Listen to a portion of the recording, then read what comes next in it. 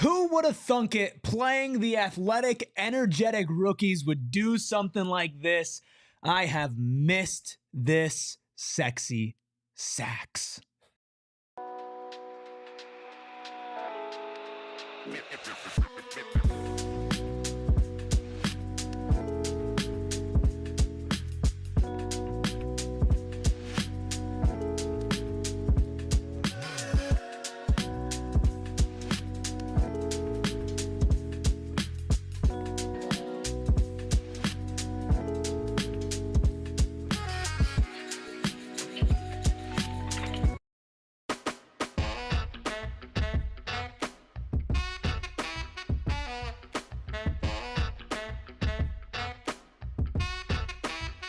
Psychos and sickos unite for another edition of the PHNX Suns post-game show presented by our friends over at Bet365. Download the Bet365 app. Use code PHNX365 when you sign up and find out why, whatever the moment, it's never ordinary at Bet365. I'm Eric, that's Steven, Noah behind the Mac, making all the magic happen, and your Phoenix Suns made me feel something. And the 122-106 victory over the Sacramento Kings, Ryan Dunn, Oso Ighodaro, they got it done. They brought the energy, and I'm grooving.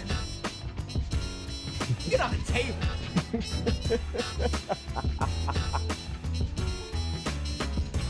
Come on! Fire me up! Of course, the most important people are the psychos and sickos live in the chat with us, those joining us on YouTube after the fact, and of course, our beautiful, wonderful, amazing audio listeners. All of you are amazing, and we appreciate each and every single one of you tapping in with us on a Friday night dub, dare I say, maybe one of the best wins of the season. Hit that like button. Like goal is 300. We're shooting high on this one because, Steven, my God, that felt so good.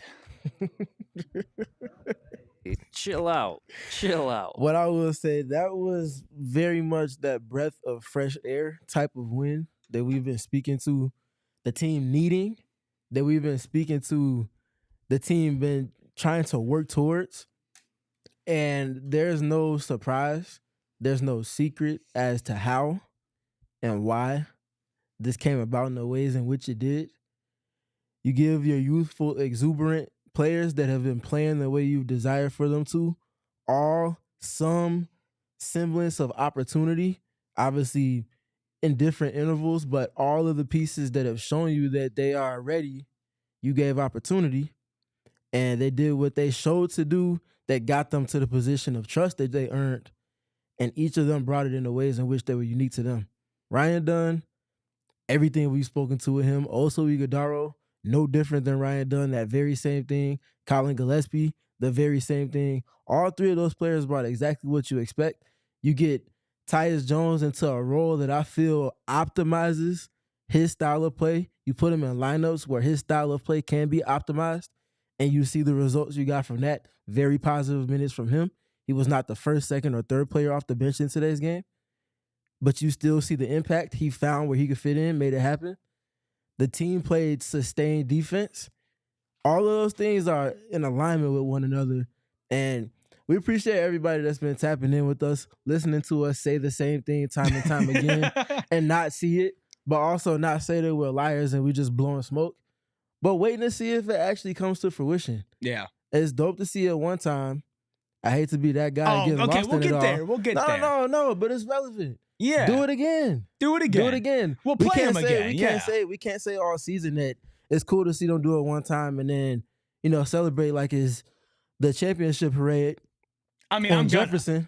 I hear you, but I'm saying we can't say that every time they've shown to do it. We know they can all season long. Mm-hmm. We finally see it, albeit after the longest stretch this season. I get it, but at the same time, we're going to make sure we still hold them to account. No different than we did with each moment leading up to now. Listen. I get it. Like, in the grand scheme of things, if they don't do anything with this, it doesn't matter. But let me reason with you guys, okay? I have not been on a happy, positive post-game show since the damn Utah win, where Grayson Allen hit the buzzer beater and we went to overtime to beat the Utah Jazz. I didn't get to be on the Clippers' fourth quarter comeback, and every win post-game I've been on has been like okay, they won, but I mean, we were I was screaming about Ryan Dunn dunking the ball every 5 seconds, Oso Ighodaro getting playing time, Colin Gillespie getting playing time. I joked about it, but Mike Budenholzer must have found some kombucha because his gut feeling was right today, because this was what I felt like the most comprehensive win that we have seen in quite some time. And I know it's just one win. The Suns are still 5 games below 500, but they made up ground tonight. The Mavericks lost, the Kings lost, of course, and the Suns won. And I will tell you and be the first person, I started this day with a whole heaping spoonful of negativity with that article that came out on ESPN. You can go check out the 20-minute video that I posted on PHNX Sports, and that's in your audio feed. So I get it, okay? I'm on the same page as everybody.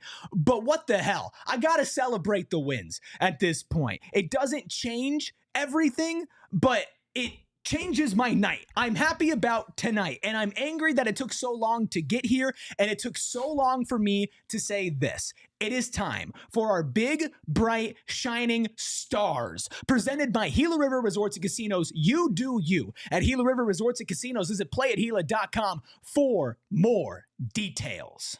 I am a big, bright, shining star. It is the Rooks. The rising stars. The rising Rooks, rising stars, however you want to dub them. They were the MVPs, co-MVPs of tonight's game. I don't think anybody would go against the grain with that. And they didn't do anything that felt unsustainable in any capacity. All they did was play to their strengths.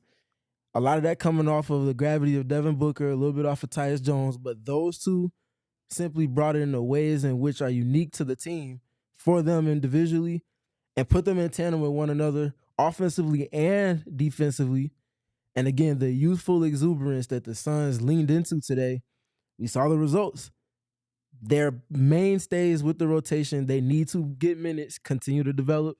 You might get more results that are similar to this. It might not necessarily have the game-changing impact that it did tonight, but it's going to be positive for the team. Listen, this is like a pizza, and I'm not going there with you, but this is like a pizza, okay? Now, if you have pizza every night and you know what it is and it's consistent and it can bring it, you're like, okay, it's not that special, right? Like, I'm not going to do a backflip if I've had pizza 3 times a week, every single week for the entire month, right?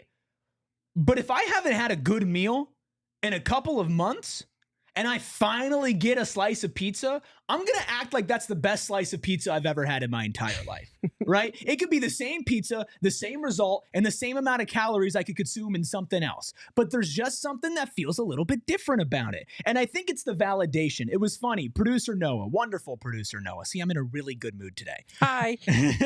Wonderful producer Noah turned to us before the show and said, I'm happy for you guys because everything that you've been repeating and repeating and repeating and repeating has come true and to fruition in one game. And it's not just with Ryan Dunn, right? But it's in tandem with Oso Ighodaro. Yep. And as much as it's not going to matter if their roles keep going up and down like a roller coaster, but for right now, for tonight, where we are talking about this game, this was the most fun that the Suns have had playing basketball since that fourth quarter comeback. And it's the most fun, but also feels the most sustainable. Because the thing about a 20-point fourth quarter comeback is that you can't look at the next game and say, well, let's just do that again. Nope. Yep, that's the big thing right there. That's my whole thing with today's game, especially from those two in particular. It's one thing if Ryan Dunn knocks down 7 of 9 threes. Obviously, that's not sustainable. I would have done way more in the intro if Ryan Dunn went 7 and 9 from 3. If Oso goes for like 25 and 15, awesome, but it's not sustainable. They didn't do anything outside of the expectations and the responsibilities of their respective roles. And they did it to the absolute strengths that they possibly could within that role for each of them. That's the beauty of it all. Puzzle pieces. Those two are puzzle pieces to everything that the Suns desire this season and what they desire to build going forward. Put them in those respective roles, allow for them to get their feet wet, find a rhythm, be able to start playing off of instinct instead of looking over their shoulders for a sub, or if they're doing what they're supposed to do or not supposed to do. They're just playing off of instinct, and we saw the results. Very repeatable for them. Very repeatable. And I want to dive in deeper on their individual games because, youthful energy, right? Defense, trying. Ooh. Yeah, these are all things that it's very clear, but I want to kind of get into the nitty gritty with both of them. I think for Ryan Dunn, one of the things that I'm always watching with him is he has a great nose for the ball when it comes to rebounding, right? And he doesn't always grab the board. If you go back and you watch this game, you will see multiple times where he's right there for the ball. He just lets somebody else grab it because somebody else is there too. But he will grab a couple rebounds where A, the verticality and where he grabs the ball at its apex is pretty impressive. But B, I'm not saying it's like a Marion. I'm not saying it's like a Rodman. But those guys have that specific skill to just sniff out where the ball is going to be and meet it and grab it. And I see parts of that in flashes with Ryan Dunn, and for him to be able to unlock his ability to play as a 3 and as a 4 and maybe go super small ball, his ability to consistently rebound and box out and do that is going to do a lot for him to carve out consistent minutes when he has a coach that's going to allow him to do that. That's one of the main reasons why he made sense with the starting unit when he was promoted to that role for the team. The defense, obviously, but this was a team that was struggling to get stops in terms of stamping the stop with the period by grabbing the rebound to end the defensive possession. Ryan Dunn comes in, and at one point he was averaging like 6-ish or 7-ish rebounds for a couple of games upon starting. Now, obviously, that came back down to earth, and he started to middle out around like 4.5-ish rebounds. But that was an uptick from what he was averaging prior to that starting stretch of games for him. So, yes, the rebounding connects a lot for Ryan Dunn. There's a lot with him that I feel is very impactful for the team. I think a lot of people, especially on my personal timeline, I can't speak for other people's timelines, but as I spent all of this time talking about Ryan Dunn needs to play more, a lot of people have been saying or countering or rebuttaling with he can't shoot, you can't rely on him to knock down threes, and things along the lines of that. My rebuttal to that has always been, but how quick are the decisions that he's making? Is he allowing for the missed shots to affect his approach to the game? Or is he still playing to the style of play you need him to, even through the misses? It's been very much more the latter than the former with him. You get the couple of threes that he made, you get the handful that he missed, but he's taking the shots that are presented to him without breaking the rhythm of the offense. But he's also not breaking his own rhythm by hunting those out specifically. How many times did we see him cut to the basket today for a basket? How many times did he cut and it end up opening up something else for someone else? And the timing of those cuts. There was one time he's being completely disregarded on the backside. I think it was a Devin Booker post-up or a Durant post-up, one of those two. And he just flashes to the nail, and then he ends up hitting like a little soft touch midi, kind of fading away to the right side. It hits off the back of the rim, and then it bounces in. And then on the defensive end of the floor, with both of those two, and I think this is a perfect transition to Oso, the ability to switch effectively, switch impactfully, and switch with activity. It's truly, honestly, it's invaluable for the Suns. We haven't seen them be effective with their switching for the most part of the season. Multiple instances this game where they're sharing the court. Ryan switches on the Oso's man. Oso sticks on the perimeter, and Ryan's able to get a steal. Ryan's able to get a deflection, just get a stop and be solid without fouling. Those little things, again, repeatable within the process of the team. No one overstepping their respective roles. Good on good. And at the same time, like, it's not just the fact that it's repeatable, it's the fact that it is needed in the fabric of this team to do what Matt Ishbia said that they could do, which is if they get to a play-in, if they get to the playoffs somehow, they got to be a tough out. You're never going to be a tough out without all the things that you just described being a part of your fabric of a team, not just something that you tap into every once in a while. Okay. And Tony says, I need what Eric had today. Look, I just haven't been able to have a moment like this with all of you. Sorry. Okay. But I love you, Tony. I love all of you in the chat. We're going to keep talking about the rookies. We're going to give out PHNX-Factor. We're going to do by the numbers. We will talk about the article. And of course, Gerald will be calling in from PHNX Arena. And we're going to get to all of that right after our first break. Oh, your boy hit a bet today, and I'm in the lead again. I saw a juicy line over at Bet365. I took Domantas Sabonis triple-double. And guess what? It hit. Not the flashiest triple-double in the world. He had me scared a little bit there, but he got that done. And the best part is I'm just one of 90 million users that logged in to Bet365 and bet today, because Bet365 has the best interface and the best deals, promos. You can also get lots and lots of same-game parlay boosts on NBA games over at Bet365. And right now, new customers get $150 in bonus bets when you bet $5, win or lose. Sign up, use code PHNX-365, deposit $10, and place a bet for $5 to get $150 in bonus bets. Again, win or lose. You must be 21 plus and physically located in Arizona. If you or someone you know has a gambling problem and wants help, call 1-800-NEXT-STEP, text NEXT-STEP to 53342, or visit problemgambling.az.gov. Again, super excited, super fun to spend time with all of you, and I would also highly encourage you to spend some time out at Gila River Resorts and Casinos. Now,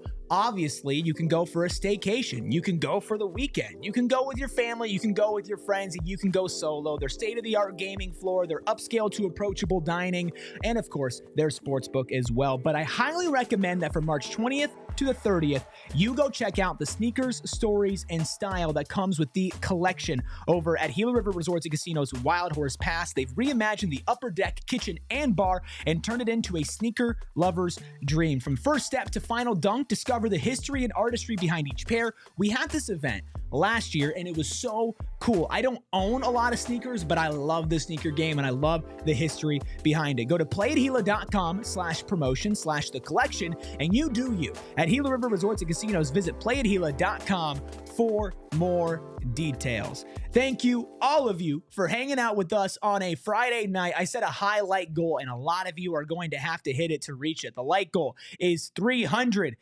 But you got to not hit it for me. Don't hit it for Steven. Don't hit it for Noah. And don't hit it for Gerald. Okay? I know that made you sad, Noah.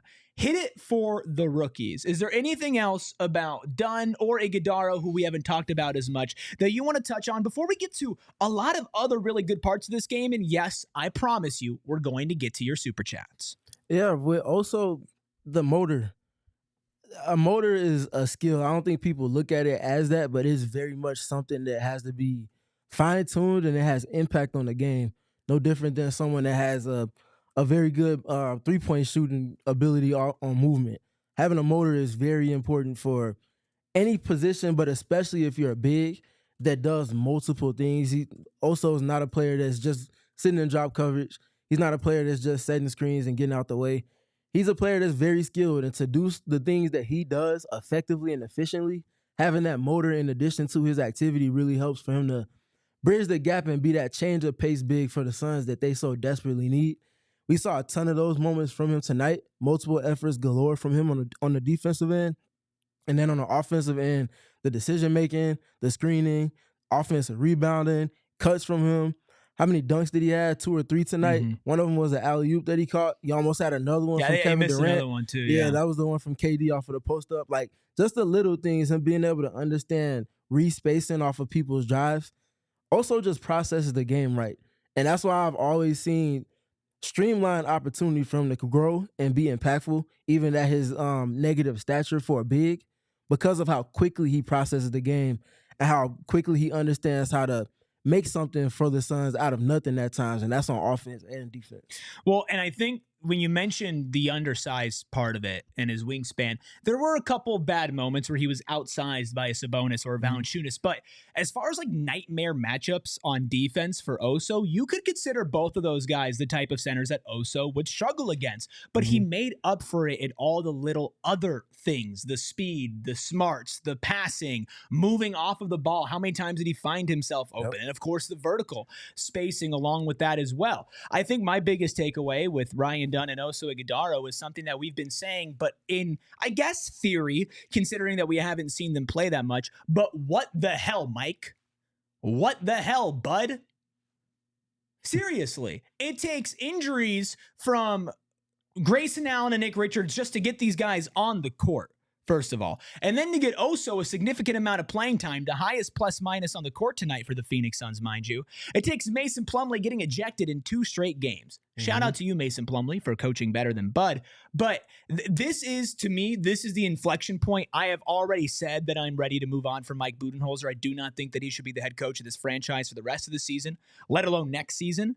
And if you missed our previous episode at 3 p.m. yesterday, we talked about potential replacements. Sorry for not mentioning David Fisdale, even though he was on the thumbnail.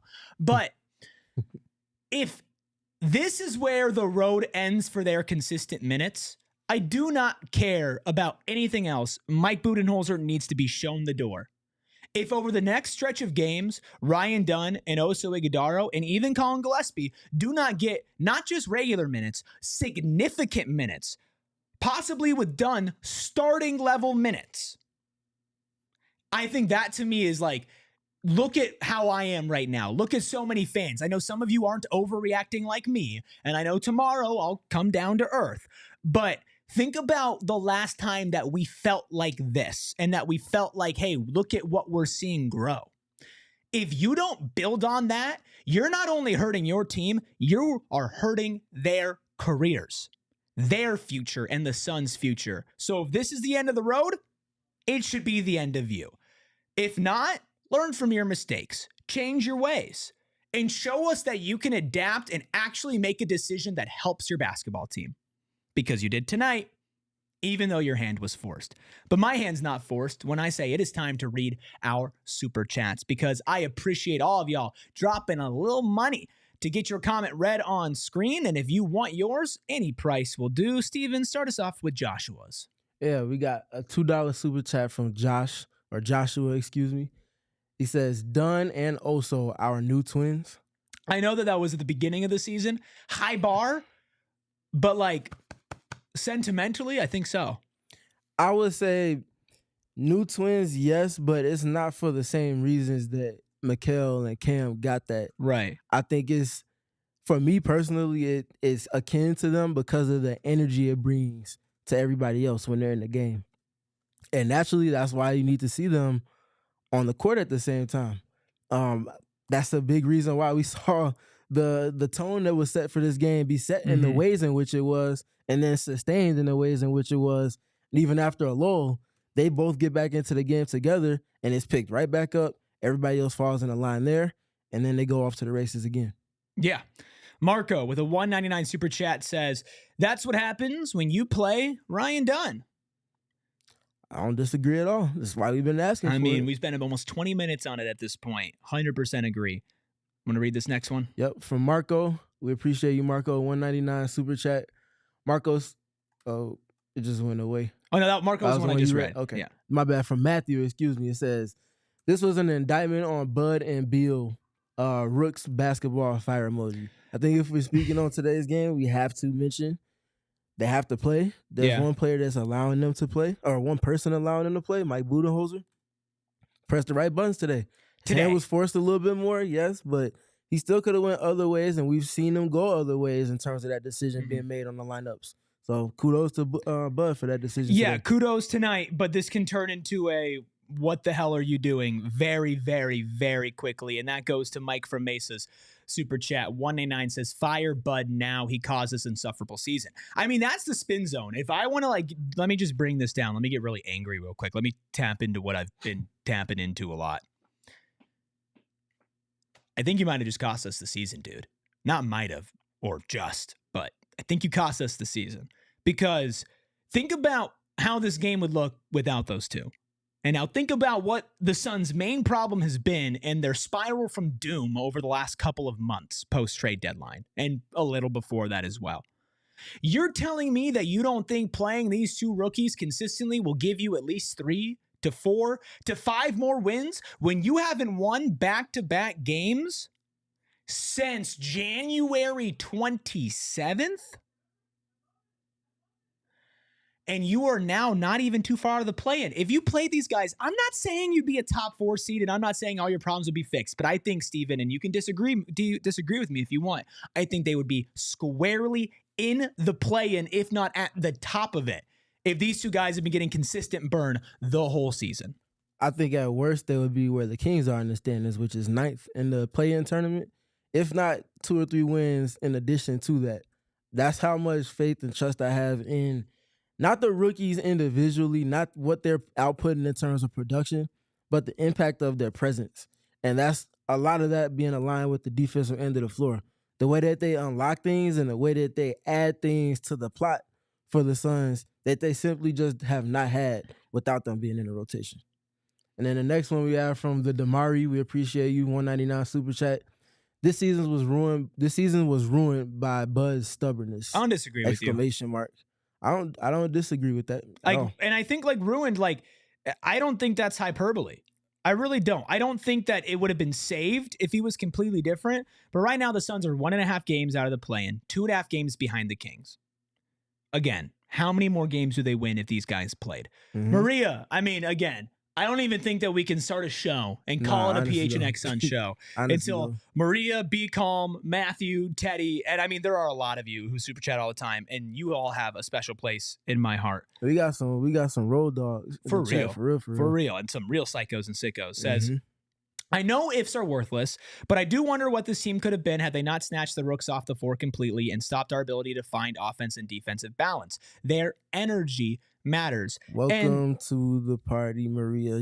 She been here. But she just literally explained the lens I've been looking at the team through for quite some time now.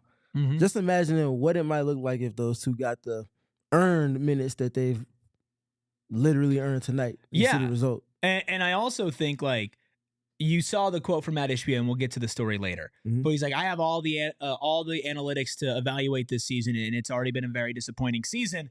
I don't really care what happens the rest of this season. I don't know how you can look at what's happened and make an argument for Bud to come back.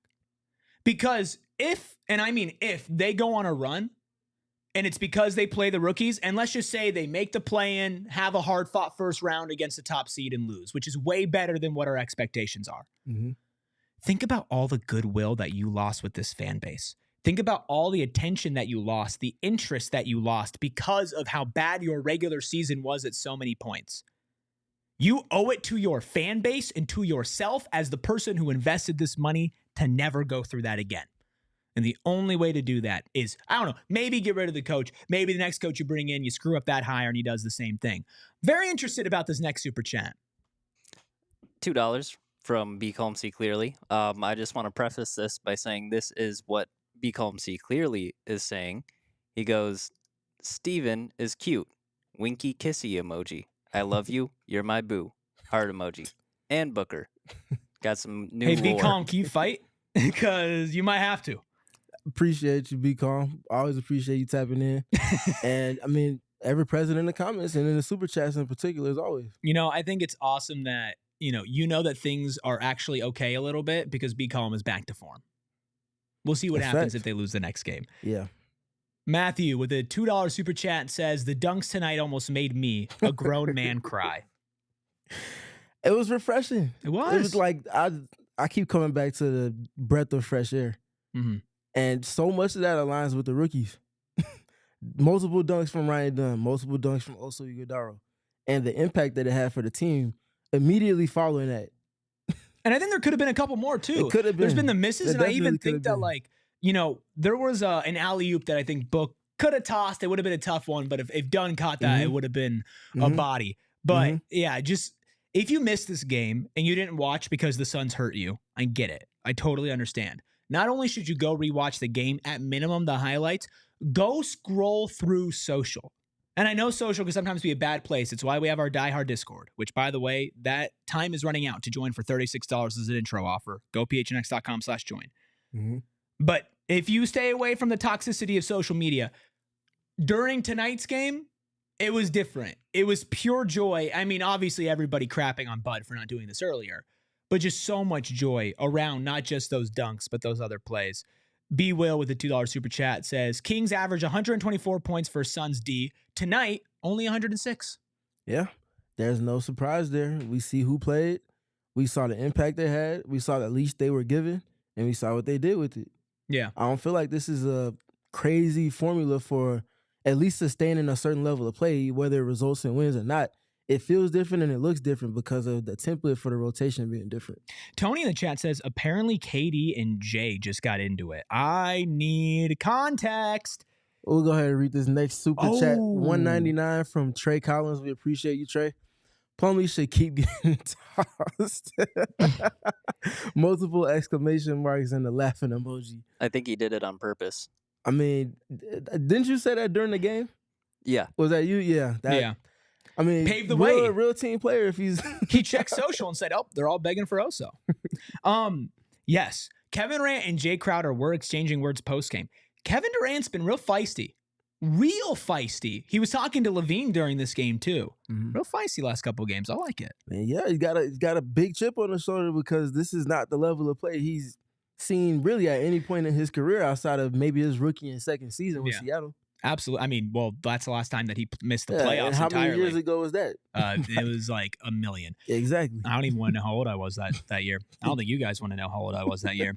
Mike Roman with a $4.99 super chat. Thanks for always being here. Mike says, took my brother to the game for his birthday. Happy birthday, Eli. Let's go, Suns. Eli, here, give me the one shot. Give me the one shot.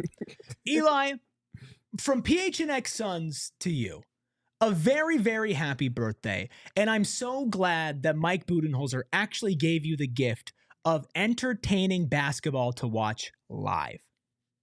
So happy, happy birthday. I'm very glad that you and your brother Mike got to experience that. And you know what that means? What? We always preach accountability.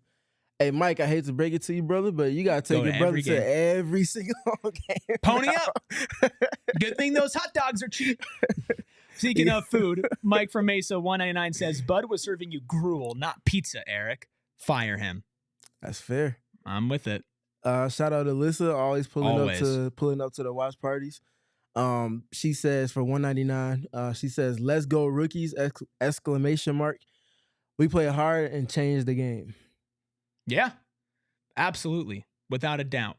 Arton, Booker, edits, $4.99. Also a consistent one in here. Says, can we win versus the Lakers, please? Yeah. Give me the one shot again.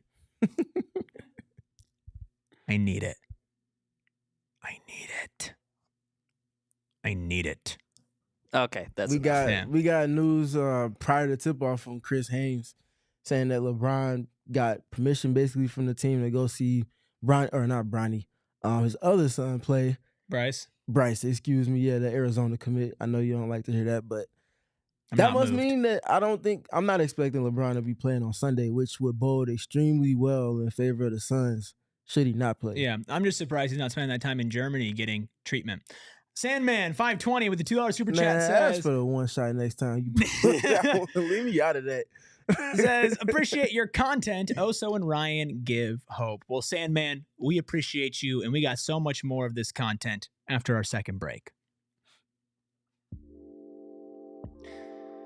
Lots of shade being thrown towards Mike Budenholzer, but the future is bright, and that's why you need all pro shade concepts to block out that sun, because it can get really hot here in Arizona. Steven, Noah, I know that you guys are new around here and you haven't spent a summer here yet, but it gets brutal. And roll down patio shades block the sun and keep the patio up to 20 degrees cooler, and that's why all pro shade concepts is the best thing to do for your home. They are the most trusted local shade company, voted #1 by Ranking Arizona for patio shades in 2024, a Better Business Bureau A+ rating, over 1,000 5-star reviews on Google, including one from our own Espo, who had the all pro shade concept folks come out to his home, and he said that he was literally floored, even though they weren't doing flooring, at how fast they were going in and out. Easy installation, roll down patio shade with hundreds of designs and colors to match any home and to satisfy your pesky HOA. Call 623-204-1476 or visit allproshadeconcepts.com right now to schedule your free estimate. And if you believe everybody in the chat, apparently I'm on something right now. Now, what that something is, I'm not going to tell you because I'm actually not. I am stone cold sober. This is just who I am. But if I wasn't, I'd be getting home in a Waymo, because Waymo is an autonomous ride-hailing service that just makes getting around easier because you step into an all-electric Jaguar I-Pace vehicle, and I personally, I'll raise my hand, I care about the environment, sue me.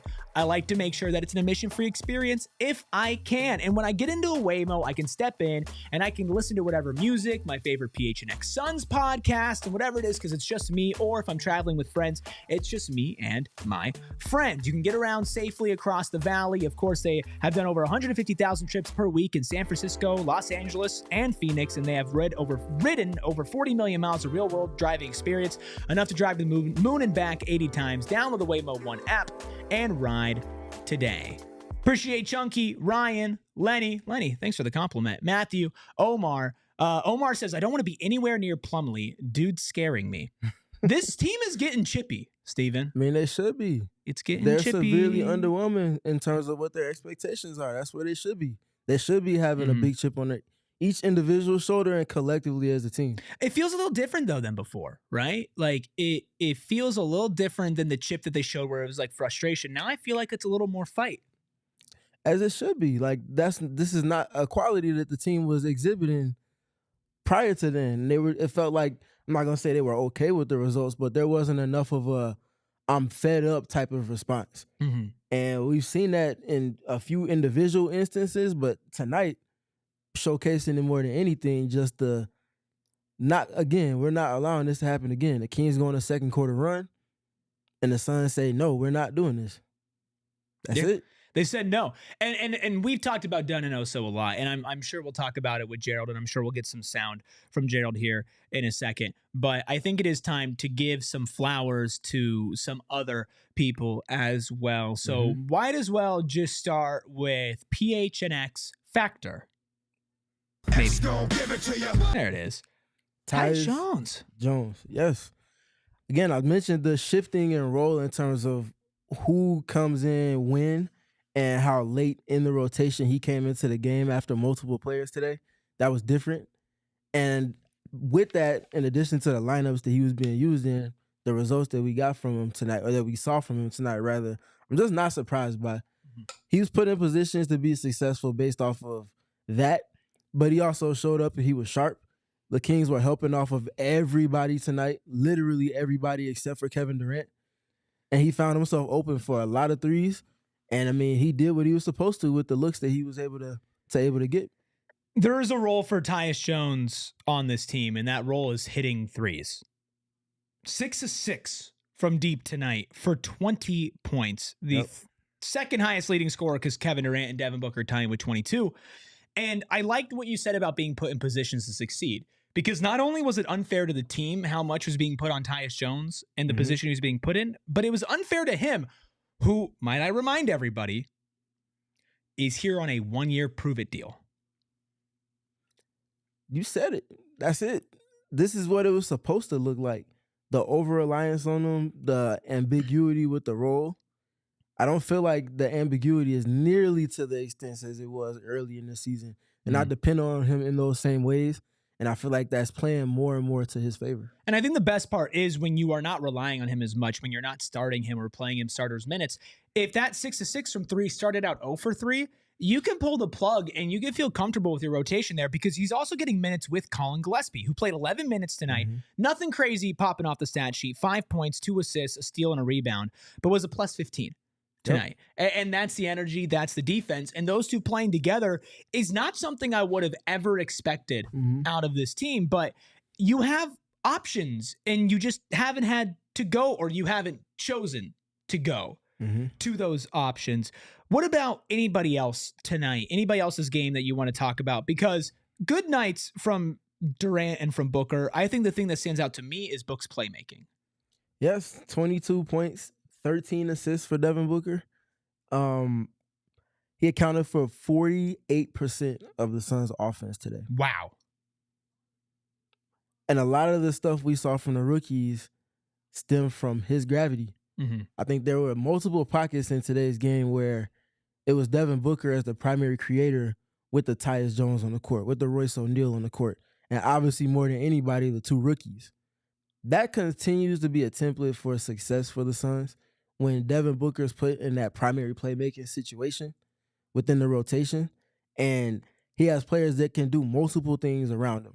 and he's able to manipulate the defense with his dribbles, with his vision, no-look passes, pulling the strings of the defense, and then allowing for the other 4 players on the court to play in 4-on-3 advantages, time after time after time. I always love when he's going against the Kings, the cat and mouse between him and Domantas Sabonis in pick and roll. Sometimes he plays in a short drop. Sometimes he's already just at the level. Sometimes he's blitzing. Today he was just flat out at the level with every single pick and roll. And Booker took that template, understood what it was, strung him out a couple of times to make the defense have to rotate around, creating more space for advantage play for everyone else. And they executed nearly impeccably within that advantage time after time tonight. Yeah, is all the negatives that have come with Booker this season. And listen, I hand up, I will be completely frank. He is my favorite basketball player of all time. Like I am biased towards that guy. I will be completely honest. I'm biased towards every Phoenix Suns player. I will always give you the benefit of the doubt, especially when you've put in a decade of service. But it's been a very disappointing season from him, not Devin Booker standards. It has been his best playmaking season of his career, and that is a bright spot in this season for him. Yeah, his defense has taken a step back. He needs to be better. He hasn't been that guy dominating and scoring like we have seen him do it. But playmaking-wise, he has taken a step, and you saw that tonight. And something that kind of rings in my mind that you had mentioned earlier, Steven, in earlier shows, is that spacing isn't just a three-point shooting thing. It's a cutting thing. It's a verticality thing. I don't think it's a surprise that we see 13 assists from Devin Booker on a night where 2 guys play that cut, that vertically space. And also, Tyus Jones hit threes. Royce O'Neal hit threes. Like, you didn't need Book and KD to go crazy from scoring because the pieces actually fit around them tonight, and that led to 13 assists, along with Book's playmaking. Yep. And again, these are just dynamics all blending together within the Suns process based off of the principles we've seen when they play to them, breed success for them. And it's just nothing that's like outlandish. There's no anomaly type of performance from tonight's game. Everybody played to a role, and you see the result that it got. And I think if we're transitioning to other people that did things that were noteworthy today, Kevin Durant, what was it, 4 threes that he knocked down today? And I think all of those were catch and shoot threes. He was, listen, I don't know if I've seen another player that could care less about a contest more than KD. Dude catches it, there's already a hand right here in his face, and he just raises, and the ball barely touches the back iron as it falls through the net. Catch and shoot after catch and shoot after catch and shoot. And that's why I continue to say he can hoop for as long as he wants to, because he has so many non-athleticism dependent dynamics of his game in addition to his height that he can just get off shots whenever he wants to. Like, contests just literally do not matter when he's got it and he's in his rhythm. We saw that tonight. And then another one, Bradley Beal, knocked down multiple threes in this game in timely moments as well. I don't want to say that it's end-all, be-all with the 3-ball for them, but they do rely on that volume in their shot profile. When they're knocking it down and they're playing to it the ways in which they did today, the assists to the field goals, which we'll speak to them by the numbers, they're nearly indefensible, especially if they play this much defense. And they played a whole lot more than that tonight. Let's get to those numbers. It's time for What's in the Box, presented by Desert Financial Credit Union, Arizona's #1 credit union, named by Forbes. What's in the box? What we all hope to see, especially on the terms in which they came tonight, with a bunch of the players we've been asking to see playing way more and having all of their impacts in one. Start from the bottom, work your way up to the top. We look at the steals and turnover points from those steals. The Suns had 12 steals today, tied their season high for like the 6th time this season. And in addition to that, they had 38 points off of turnovers today. Wow. 38. When was the last time we saw the Suns win the turnover battle, the steals battle, and the turnover points margin? I mean, it's maybe happened before. I don't know if it's ever happened to this degree. It's been a long time and never to this degree, to your point. And look at right above that, the assists. 33 team assists today on 41 made field goals. The Suns are at their best when that ball is hopping around the perimeter, stemming from the advantages created by Devin Booker and Kevin Durant. We saw that time after time today. Only had 11 turnovers. Only 11 turnovers. That's the template for success. That's a 3-to-1 ratio. And everything from that going upwards on by the numbers aligns directly with that. Yeah. And you mentioned the 3-point shooting as well. 24-43 from 3 for the Suns. It's 55.8% from deep. 8-32 from the Kings. 25%. They shot 51%, basically 52% from the field. The Suns did 41-79. They actually shot less than the Kings, who were 40 of 81. I mean, it's thorough domination across the numbers, and it's refreshing, right? It wasn't just that Dunn and Ighodaro played well. It's that because they played well, the puzzle fit together. And we actually do have lots of sound to get to. We have a couple sound bites. We do have Bud on whether Oso has done enough to be consistently in the rotation, and Katie on the rookies' impacts. We're going to play those clips for you. We're going to get to the rest of your super chats. Gerald will also be calling in. And Lenny, thank you again for the compliment, saying that he likes my jacket. And guess what, Lenny? We're going to get to so much more in this jacket right after our final break. Once again, I'm wishing you a happy truck month, also a happy Pi Day, but more importantly, a happy truck month. Because if you're trying to get into a vehicle, not only is Sanderson Ford always the best option for you because they actually care about their customers, because they're America's most awarded Ford dealership for complete customer satisfaction, but if you're trying to get into a truck, there is no better month than the month of March. At Arizona's largest Ford dealership, Sanderson Ford, they have hundreds of trucks on the lot, and every single one, not a single one is not marked down, because they all are, with big discounts for truck month. Choose from the entire lineup of Mavericks, Rangers, F-150s, and Super Duties. And if you want more off-road capabilities, check out their full-size Broncos and Bronco Sports that are also marked down for truck month. Truck month so great that they even mark down non-trucks. Listen, go to Sanderson Ford, no pressure, no hassle, no nonsense. All truck month offers expire, get this, at the end of the month, March 31st. And before that, 3 days before that, exactly, on March 28th, we'll be hosting a watch party at Spinato's, because it's the place to be for Suns fans and everybody who enjoys delicious pizza. That's right, Steven? A piece of fire. That's right, baby. That's what I like to hear. And if you want to have a chance to win free Suns tickets, gift certificates, hang out with the Gorilla, the Suns dancers, and more exciting prizes, well, come on to Spinato's. Plus, if you have a decent jump shot, like Steven, you got to enter Spinato's pizza competition. We've all played horse on the basketball court, but at Spinato's, they don't spell horse, they spell pizza. But it's basically just the same game. What's better than free tickets and free pizza? Feel the energy, cheer for your team, and win big. Mark your calendar, Suns fans, March 28th. Get all the info on the watch parties for ours at gophnx.com/events and for theirs over at spinatospizzeria.com. Once again, spinatospizzeria.com. Spinatos, the official pizza of the Phoenix Suns. Again, thank you to everybody. Optical Illusion, Taryn, Nandizi Gaming, Omar, Stevens in the chat. Hello, Optical Illusion, C. Watts. Thank you all for just hanging out with us and celebrating a win. We do have some sound bites, I promised, and I shall deliver. We talked about the rookies, so let's hear Mike Budenholzer on if Oso has done enough to make him consider going back to a 3-big rotation once Nick is healthy. And I'll say this, I have not heard this, and I swear, if I'm angry coming out of this, my entire mood is going to change.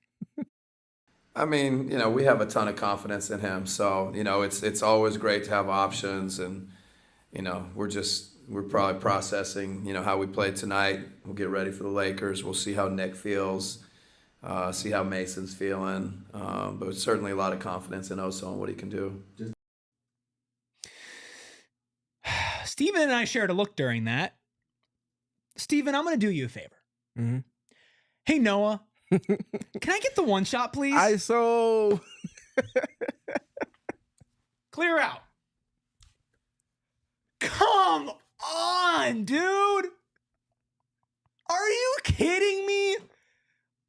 Like, seriously. Sorry for acting like a whiny little baby right now, bud, but oh my God. Is it that hard to look at what happened tonight and just say, you know what? Yeah, you don't need to commit to giving him 40 freaking minutes a game. What are we doing here? What are we doing here? Are you out to kill their confidence? Are you out to ruin this team? Are you actually trying to sabotage it? Because what the hell, dude? What the hell? Your rookie center played incredible tonight. He led the team in plus minus. You saw the impact that he had on your stars. And he doesn't fill the same role that Nick Richards or Mason Plumlee fills. Is it that freaking hard to just say yes? Seriously. Oh, yeah, no, we have a lot of confidence, and that's something that we got to evaluate. Shut up! Shut up! Come on, dude. You know, like, you've been in the game before. You have coached rookies before. You've coached good teams before. Somewhere deep down in that noggin of yours, you know what to do. And you're not doing it. What the hell? Okay. What did you think of that? It felt like he's hedging, wanting to give credit too soon. It's coach speak to a sense. He's playing the game. He's trying not to give too much credit too soon. I understand it, and I also understand the optics. From the other side, when you're seeing this performance and you're expecting to have a different type of answer, a different type of response, I understand the ploy that he's kind of trying to align himself with there. But at the same time, we've known all season long, whether it was the initial iteration of the Suns' center rotation or the one that did not include Yusuf Nurkic after the trade, that the template for the Suns to win would have to stem from a center group by committee. And with that by committee dynamic, you can't neglect 1/3 of that trio of centers that you're going to need to be your best team if you plan on making the play-in and doing something within that play-in tournament. This Suns team cannot get to where they want to be without Oso Ighodaro staking some relevance of a claim to the minutes in the main rotation for the team.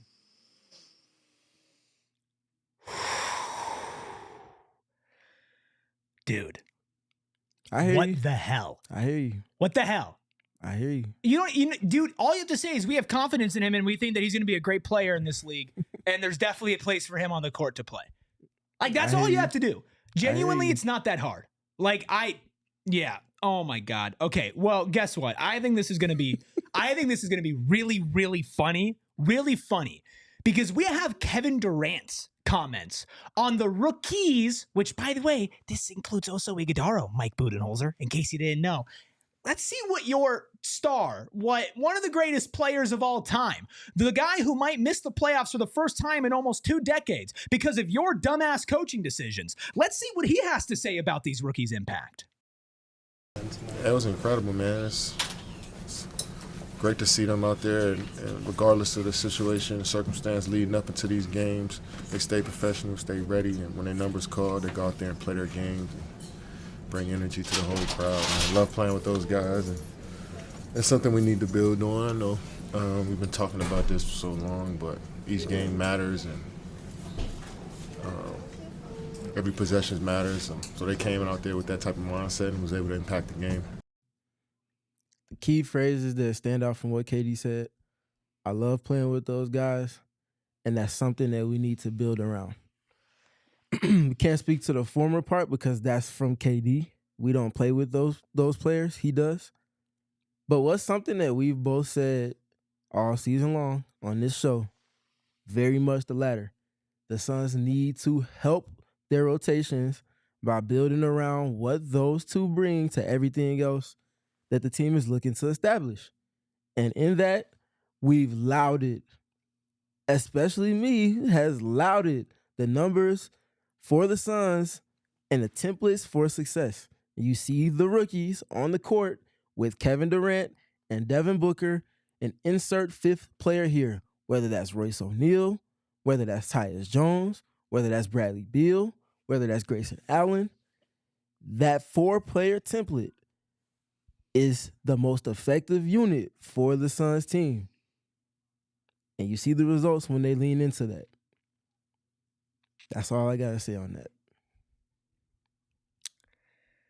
I think everybody knows what I'm going to say. Because, again, what the hell? Did Kevin Durant say Oso Ighodaro should play 40 minutes a night? Not even a little bit. Did he say that guy should be our starting center? Not even a little bit.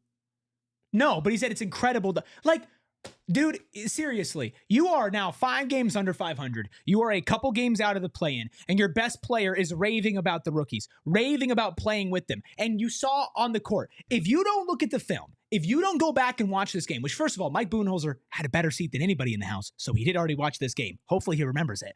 But if he goes back and watches the film, and he does not come to the conclusion that these guys need to play, buddy, the NBA has passed you by. Get the hell out of my franchise. Seriously. Listen, I am a fan of this team through and through. This season has sucked. In large part because of the boneheaded decisions that Mike Budenholzer makes night in and night out. It is so obvious. It's like literally asking a math teacher what 1 + 1 is, and they look you dead in the eye and they tell you 3. And everybody else in the room knows that it equals 2. There's no argument against it. You put it in a damn calculator. You put it in practice. And 1 + 1 equals what? 2. I don't get it. I don't understand. Even if you're trying to get fired, buddy, you've already done enough. Okay? Can you at least just give us something? Because this is also your hometown team, Mike. This is your Phoenix Suns. This is the team that made you cry at your intro press conference. What are you doing? It's such an easy layup, dude. It's like you're shooting around on the court and you're underneath the basket and and Mike Budenholzer is throwing it up underneath it and then it's bouncing back and hitting him in the face. I don't understand. Maybe Gerald can make some sense of it. He's going to join us soon. We do have Ryan Dunn sound on his approach despite getting inconsistent minutes as of late. I would say not even a defensive end, just life. Like, I cannot be I cannot be upset like I'm playing NBA basketball. You know, like I'm a rookie. It's just the stuff that's going to go through. So I think the biggest thing for me was just being able to just be ready whenever my time was called, getting a lot of extra reps up, working out at night, working out after the game sometimes, being able just to talk to the coaching staff and learn with them, being a good teammate, and just defensively, you know, just kind of learning the game more, watching more film, and just being able to be a good teammate overall. So that's kind of the biggest things I've been trying to do, is with the less minutes, but not trying to get down on myself or trying to, you know, get around on anybody else. Just whatever I got to do to get back on the floor is what I try to do. So it was good to get back out there tonight and start tonight. So being able to get ready for the Lakers on Sunday? Yeah. Staying ready, extra reps, granting himself grace through the process, always keeping perspective with everything that was going on around him. A lot of those things not by way of which him not performing to where the team needs him to be. Again, I salute that young man. It's not easy to perform when you have such specific things that you bring to the game that are not the loudest, but you have to do other things to find some sustainability within the rotation. He did that. And the only other thing I got to say is, Ryan, is just rumble, young man, rumble. Yeah, he's great. Taryn in the chat says, mature talk.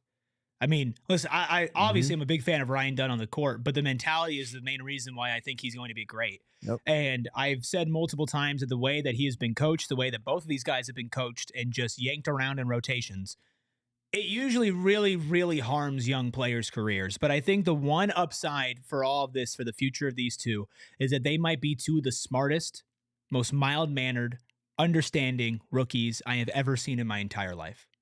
Like, genuinely impressive people and impressive basketball players. And the fact that they're not playing is frustrating, but you know what? I know at the end of the day that both of these guys are going to have super long careers. If you are watching us on TV, we appreciate you so much. Just remember, the party always continues over at gophnx.com. Plus, of course, while you're there, you can sign up to become a diehard. Today is our final day. The countdown is on. $36 intro offer because of football free agency frenzy. Become a diehard for just $36 as an intro offer, $36 for the year. And I did a pre-game show where we talked about the ESPN article about Tim McMahon. We ranted about all of that, and we got ready for this game and had a little fun, all in our diehard Discord, which is just one layer of our diehard membership. Of course, you also get articles articles from Gerald, exclusive interviews from all of our other shows, and so much more. Go phnx.com/join. Oh, by the way, what was that name that I said? Did it just so happen to be Girth? Beyond the light, there shall only be one. Welcome to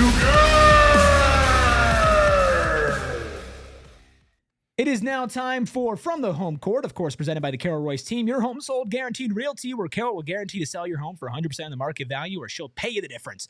Learn more at carolroyceteam.com. Speaking of teams, ours complete now. Look at that. Gerald Bourguet live from PHNX Arena, post 122-106 win against the Kings. I just knocked over the sexy sacks with my hand, Gerald, but I missed this thing. Did you miss it too? I did. It's been a while since we played it and actually deserved to play it, which was a nice change of pace tonight. How do you feel just coming off of this win? I feel like this might be one of the best vibe wins of the entire season. Yeah, absolutely. And we can say that without even being biased about how much we wanted to see the rookies play and how well they played when they actually got extended run. We talked to Tyus Jones, we talked to Kevin Durant, we talked to Mike Budenholzer after the game, and they all agreed that you could feel a tangible impact when those guys were on the court. Tyus said that, Ryan Dunn and Oso kind of set the tone for them with their activity, their energy. For Ryan and Oso, you saw them being pretty emotional throughout the course of the game, and Ryan said that's something that they feel that they can bring to the table. Ryan kind of joked, not that the other guys are old, but obviously we bring some of that speed and that athleticism, but we also try to bring the energy, and that's the way that we need to play on a nightly basis. So you guys saw the clip where Bud didn't really commit one way or another to Oso playing, minutes in the rotation, regardless of whether Nick Richards and Mason Plumlee are back in the lineup. That's a little disappointing, but hopefully, as he says, when they process this win, it's blatantly obvious, just like it was to everyone on the floor tonight, that when those two rookies play, good things happen. It's not always going to be as obvious as it was tonight, but you need their level of defensive activity for one of the worst defenses in the NBA. Gerald, did it feel in the locker room and in the press room like there was like a weight lifted in a sense, even if only temporarily, for the rest of tonight? Because it's been how long since the team had a double-digit win, which you spoke to multiple times in this week alone? Yeah, no, I will say that it did feel kind of like a sigh of relief, but an extra emphasis on the word temporary. Kevin Durant said multiple times in his post-game presser, like, we've been talking about this, we got to build on this. Now we actually have to build on it instead of just talking about it. Like we've mentioned a couple of times on the last few post-game pressers, this team hasn't won back-to-back games going back to late January now. So they have to find a way to build on this. Hopefully that involves the rookies playing minutes and continuing to build on their confidence there. But it did kind of feel like, okay, that was a good win. We finally got a good win against a playoff or play-in caliber team. But I think this team is very aware that they're still 5 games under 500. They've still got ground to make up just to even make the play-in. And that none of this matters if they go back and do what they've done several times in the last few weeks and follow up a decent win with another disappointing outing. Now, Coach Bud might not commit to playing Oso more minutes, but I know a surefire way to make sure he touches the court. And that's just if Mason Plumlee gets ejected every game. It's fight night for the Suns. It feels like almost every game now, Gerald, but it feels like they might be starting to channel that energy into some more positive ways. Do you feel like there's maybe a little bit of a fire lit under them instead of a frustration weighing them down? I think so. I think this one felt a little bit different than the other night. And obviously, Mason kind of caught Sabonis in the high chest to neck area with that forearm. You never want to see a play like that. But Tyus and KD and everyone, they kind of laughed about it. And they were saying, I think Bud said after the game, they all had a laugh in the locker room, like, one of these games we'll get through it with Mason actually out there. But I do think this felt different in terms of the way that they responded to it. We talked to Mason at shoot-around this morning, and he was talking about the ejection and saying how he wanted to set that tone of physicality, and that, in his words, he didn't really see an impact in that last game per se, but he was hopeful that they would take it and respond to it. I don't think he was planning on getting ejected tonight, but when he did, I think they did respond to that a little bit better than the last time around.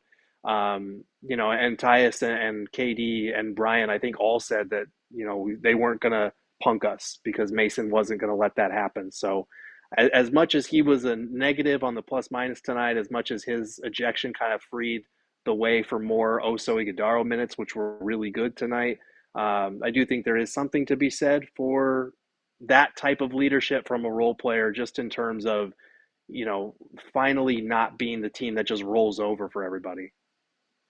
Gerald, we've spoken plenty to the role and the usage of Tyus Jones over the course of the season. Felt like today was as unique as it's been from what preceded it all season long in terms of when he got into the game, who he's playing with, how long he's out there for. Did he speak to just feeling more comfortable in the template that we saw tonight at all? A little bit. I think for him, like, obviously when the shot's falling, that's a good thing. He talked a little bit about the ball moving, and a lot of his shots were pretty wide open catch and shoot looks. I think that speaks to the way the Suns were able to avoid turnovers and kind of move the ball, the way that Oso Ighodaro and Ryan Dunn, with their unique spacing in terms of their cutting ability and that type of thing, freed up a lot of things. I think Book, for the most part, he had a couple of turnover heavy stretches, but obviously the 13 assists, they were moving the ball well tonight. They were also getting a lot easier looks because they were for once winning the possession battle. They were turning opponents' mistakes into turnovers on the other end. And it's very rare that the Suns win the points off turnovers battle. So for Tyus, it did feel like he was used very differently tonight. It did feel like a lot of his looks were just kind of, obvious catch and shoot opportunities for him. But I would want to go back and watch that to be sure that I was feeling that right. But I do think it speaks to the fact that, like, Colin Gillespie got in the game before him. And I think a lot of people were saying, oh man, like, Tyus isn't going to play. He's out of the rotation. And then he checks in a few minutes later and he has a very good game. So I do think the concerns over his defense, the concerns over him starting were valid, but I still think there is a way that he can be useful in a bench role for this team. Absolutely. I think tonight was like the epitome of, if you're hitting shots, then we could definitely use you. But if you go down, it's like, okay, well, then we got to maybe pivot a little bit faster. Speaking of pivoting, not really totally away, but Cody Martin was available tonight, according to Mike Budenholzer, of course, for the first time since being traded here, dealing with a sports hernia, getting assigned down to the G League. Was there any conversation post-game about why he didn't play, or was it more just focusing on a good win? It was mostly focusing on a good win, but I think his words in pregame when he was asked about trying to find an opportunity for Cody to get some minutes tonight were telling. He mentioned that with Grayson out, he might get an opportunity, but it was sort of that typical Bud speak of, we'll see how he's feeling after warm up. We'll see if we can get him in there. And for me, my biggest concern with Cody Martin getting, elevated to being available was that it would come at the expense of Ryan Dunn's minutes. I would like to see those two play in tandem a little bit, especially on a night, let's say that Tyus Jones isn't shooting 6 for 6 from 3-point range, or someone else on the bench is struggling. I would still like to see him because I feel like even though the spacing might be bad between Dunn and Cody Martin, those are two high caliber defenders that you could put on the court at the same time. And how often have we been able to say that about the Suns? So kind of disappointing. I know Steven did his defensive breakdown on Cody Martin a few weeks back. I did a new one to prepare for his Suns debut tonight. Those are both over on YouTube. Neither one of them wound up being relevant, unfortunately, but hopefully we'll see some Cody Martin at some point in the near future. For sure. Gerald, was there anything else that stood out to you that you wanted to speak on from the game tonight, or from obviously everything that took place in postgame? Yeah, I mean, I think it was obvious the emotion that the rookies played with, and it wasn't an emotion like, F you, you're finally playing us. It was just kind of that typical rookie joy that you see from these two in terms of the excitement of being able to be out there and have an impact. Like, all of these guys saw the difference in energy, defensive activity, all of that. And the emotion, those kind of pick-me-up plays like Ryan Dunn coming thundering down the lane for a poster, or Oso Ighodaro doing the same thing, posterizing Domantas Sabonis in the first half. Tyus was saying that, yeah, we can feel those moments, and we need more of those because it has been a pretty lackluster last couple of weeks in that regard, especially when you are a team that's losing. So I was happy to see them deliver on those moments. It was funny to hear KD in the locker room. He was kind of asked, what do you say to Ryan Dunn when he's getting inconsistent minutes to kind of help him through this? And he was like, I don't say anything to him. Like, these rookies need to learn that nothing is given in this league. You got to earn it. And they're learning kind of the business of the NBA. And that's part of the reason why when they finally got their opportunity tonight, they came through the way that they did.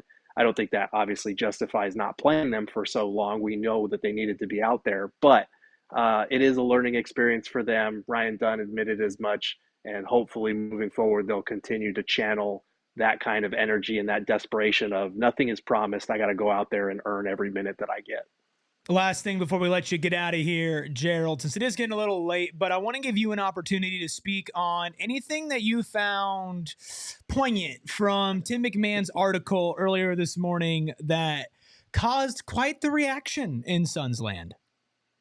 It did. There was a lot of good stuff in there. Obviously, getting Matt Ishbia and Devin Booker and Bradley Beal on record about a lot of these things was great. If you were a diehard of PHNX Sports, you would already know some of these things because I wrote about it last week. But it's always good to hear Booker reaffirming that he wants to be here in Phoenix, because there have been a lot of questions. Well, okay, the Suns don't want to trade him, but will Booker be upset with the state of the season? Will he get upset with the direction of the team and request out? Doesn't sound like that's happening. And I know there's been a lot of focus on Matt Ishbia and the personnel decisions. A lot of what Tim McMahon reported is similar to what I've heard from sources within the organization, that Ishbia is not directly involved in the personnel decisions, but his aggressive mindset, I think, enables some of the mistakes that the Suns have made on that front. So I think it's important to make that distinction while also acknowledging that, yes, Ishbia sets the tone for the organization and how aggressive that they are, but he's not the one scouting these players and saying, oh, I want to trade for Bradley Beal because I've watched tape on him and I think he's really good. I think there needs to be that understanding so we can have a genuine, honest conversation about how these decisions are being made, because I know for the last couple of weeks, all we've been talking about is which trade was a mistake and how did the Suns get to this point and all this stuff. And I think it's important to note that.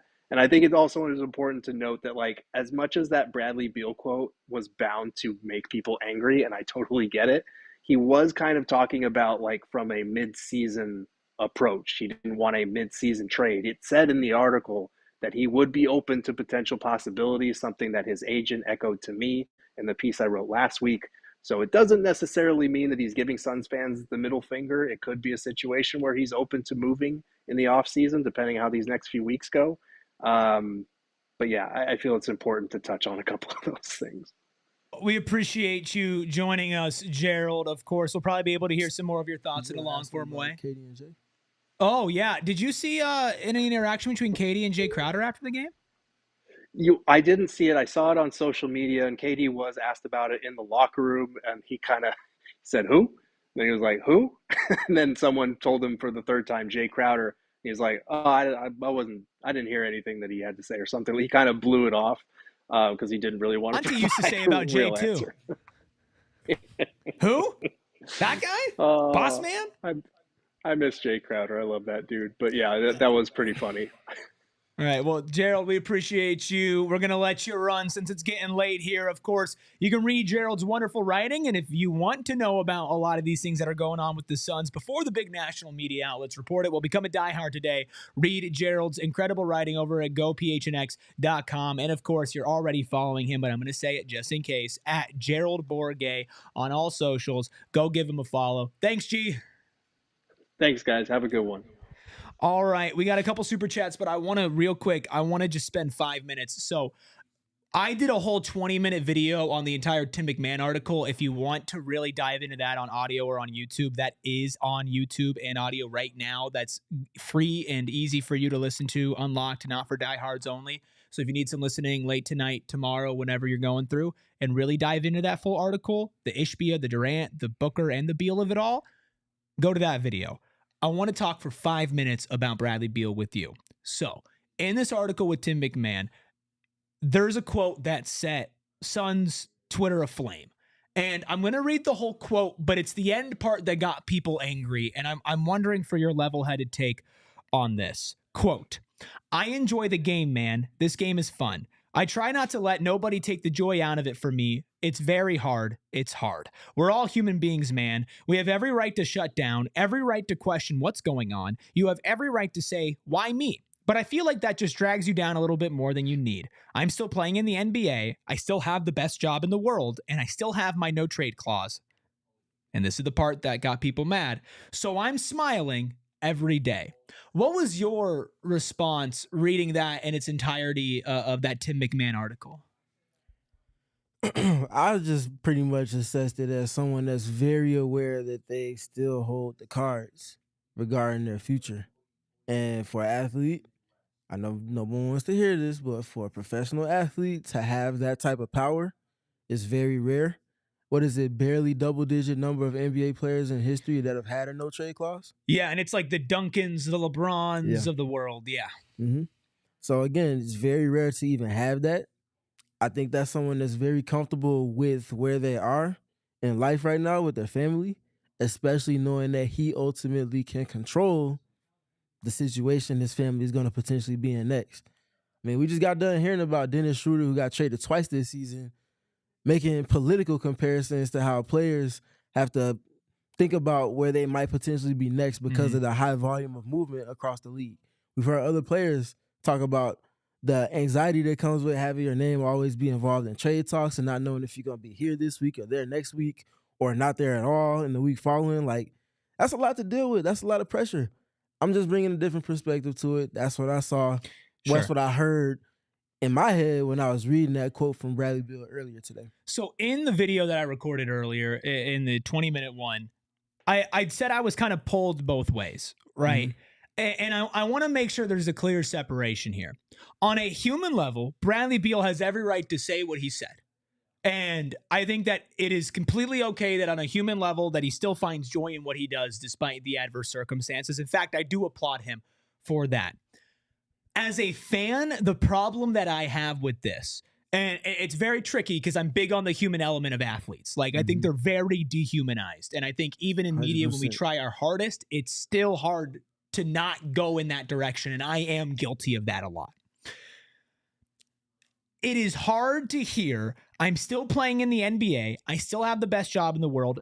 I still have my no trade clause, so I'm smiling every day. When you are a key integral part as to why this team is not where they are supposed to be, whether it's availability, whether it's fit, or sometimes whether it feels like it's effort a little bit with Beal.